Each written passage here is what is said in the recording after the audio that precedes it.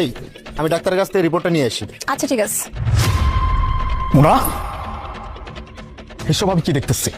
হ্যাঁ, এটা কে? তোমার তোমার হাজবেন্ড? তুমি বিয়ে করে ফেলছো? অলিভ, অলিভ তুমি কোত্থেকে আসলে এতদিন পরে? আমি কোথায় থেকে আসছি তুমি জানো না? হ্যাঁ, তোমার তো সবকিছু জানার কথা। আমি বিদেশে এতদিন পর্যন্ত পড়েছিলাম 2টা বছর, শুধুমাত্র তোমার বাবার কথায় আর তোমার কথায়। তোমার বাবা আমাকে কি বলছিল? আমি যদি ইনকাম করতে না পারি, আমি যদি স্ট্যাবলিশ না হইতে পারি, তাহলে তোমাকে আমার হাতে তুলে দিবে না। তুমি পর্যন্ত আমাকে বলছো আমি যেন কিছু একটা করি। এই জন্য আমি আমার সমস্ত কিছু বিক্রি করে দিয়ে বিদেশে চলে গেছি, পরিশ্রম করছি।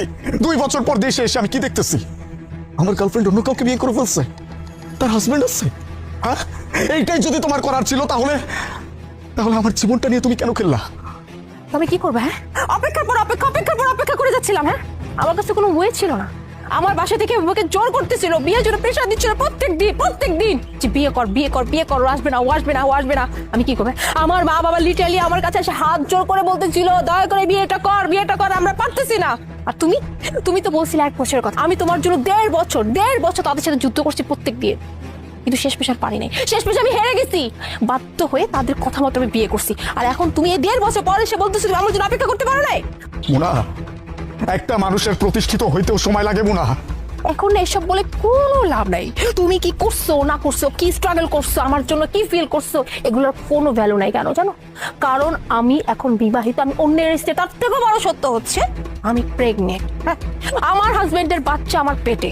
তাই এখন হাজারো চাইলে আর কোনো কিচ্ছু করার আর নাই। তুমি যতই আমাকে ভালোবাসো না কেন, আমি তোমার লাইফে ফিরতে পারবো না। আর আমিও তোমার কাছে হাত জোর করে রিকোয়েস্ট করতেছি, প্লিজ আমাকে ভুলে যাও।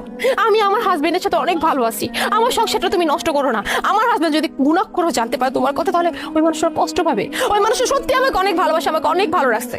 তাই আমিও চাই তুমিও ভালো থাকো, তুমিও কারোর সাথে মুভ অন করো, ব্যাস। আমি আর কিচ্ছু চাই না। আমি অনেক অপেক্ষা করছিলাম মালিক, কিন্তু আমাদের ভাগ্যে বোধহয় আমাদের সাথে লেখা ছিল না। ভাগ্যের দোষ কেন দিচ্ছ মুনা? হ্যাঁ, এতদিন এসে তুমি ভাগ্যের দোষ দিচ্ছ। এটা ভাগ্যের দোষ না মুনা, এটা ইচ্ছাকৃত। এইটাকে ইচ্ছাকৃত বলে। দিনের পর দিন আমি তোমার জন্য পরিশ্রম করে গেছি। একটাই চিন্তা আমার মাথায় ছিল, আমার পরিশ্রম করতে হবে, টাকা ইনকাম করতে হবে। আমি আমার গার্লফ্রেন্ডকে আমার ঘরে নিয়ে আসবো, সেই স্বপ্ন দেখতে দেখতে প্রতিটা রাতে আমার ঘুমাইতে হয়েছে। আর আজকে কিনা এসে দেখতেছি আমার গার্লফ্রেন্ড অন্য কাউকে বিয়ে করে ফেলছে, আর আমাকে সে বোঝাচ্ছে ভাগ্যের পরিহাস। এই, সেই স্কুল লাইফ থেকে আমাদের সম্পর্ক, আমি একটা মেয়ের দিকে চোখ তুলে পর্যন্ত তাকাই নাই, শুধুমাত্র তোমাকে ভালোবাসি বলে।